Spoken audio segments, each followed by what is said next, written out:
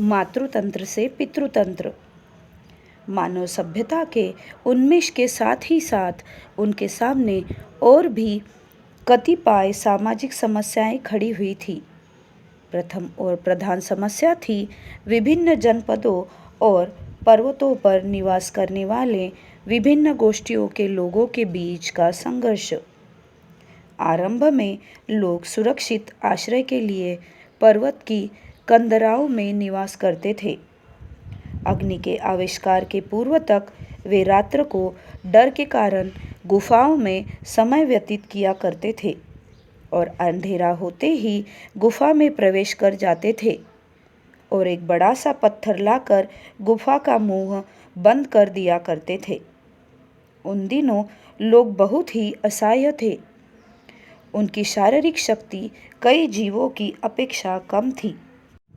मस्तिष्क की शक्ति अनेक जीवों की अपेक्षा अधिक होते हुए भी आज की तुलना में कम थी। अन्य जीवों की तरह नखों दांतों की शक्ति भी उनमें नहीं थी। जल का प्रयोजन होने के कारण पहाड़ी झरने के पास ही वे अधिकतर रहा करते थे, किंतु झरने के ही पास हमेशा गुफाएं नहीं हुआ करती थी।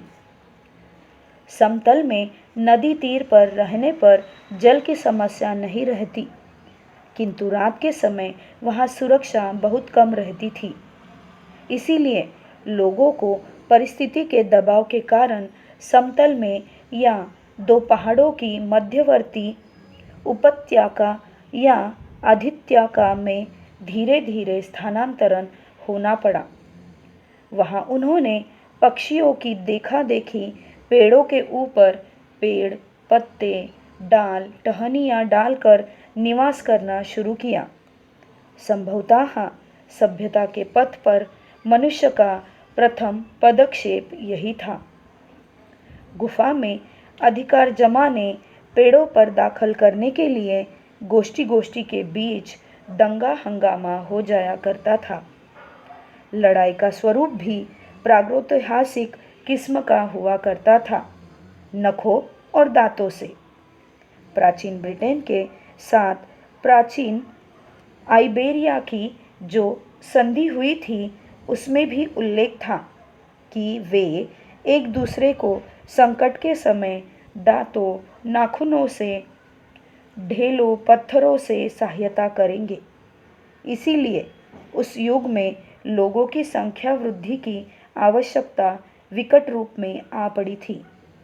संख्या वृद्धि के लिए सभी गोष्ठियां अपने दलों में नारियों की संख्या बढ़ाना चाहती थी। हर गोष्ठी में मधुमक्खियों या चींटियों की तरह एक एक केंद्रीय नारी शक्ति हुआ करती थी, जिसे कहा जाता था गोष्ठी माता। वे नारियों की संख्या बढ़ाना चाहते थे अपनी संख्या वृद्धि के लिए। एक पुरुष को 10 स्त्रियां रहने पर साल भर में उसे 10 संतानें हो सकती है, किंतु एक नारी के 10 पति होने पर भी साल भर में एक ही संतान हो सकती है। इसीलिए एक दूसरे के साथ लड़ाई करके पराजित गोष्ठी की नारी को वे अपहत करके ले आते थे और पुरुषों को गुलाम बनाकर रखते थे। उस युग में संख्या वृद्धि के प्रतीक के रूप में उन अनग्रसर लोगों ने लिंग पूजा का प्रवर्तन किया था। सोचा था इससे शायद उनकी संख्या बढ़ जाएगी। जो भी हो, परावर्ती काल में नारी लुटेरों की संपत्ति मानी अवश्य जाती थी, किंतु गोष्ठी माता के रूप में अब नारी को न रखकर वीरता से भास्वर शौर्य संपन्न आदेशदाता और दक्ष योद्धा पुरुष को अपने नेतृत्व के पद पर वरण कर लिया था। उनकी सलाहकार मंडली भी हुआ करती थी। यही राजतंत्र की प्रथम सीढ़ी थी। शब्द चयनी का 16वां पर्व गणतंत्र।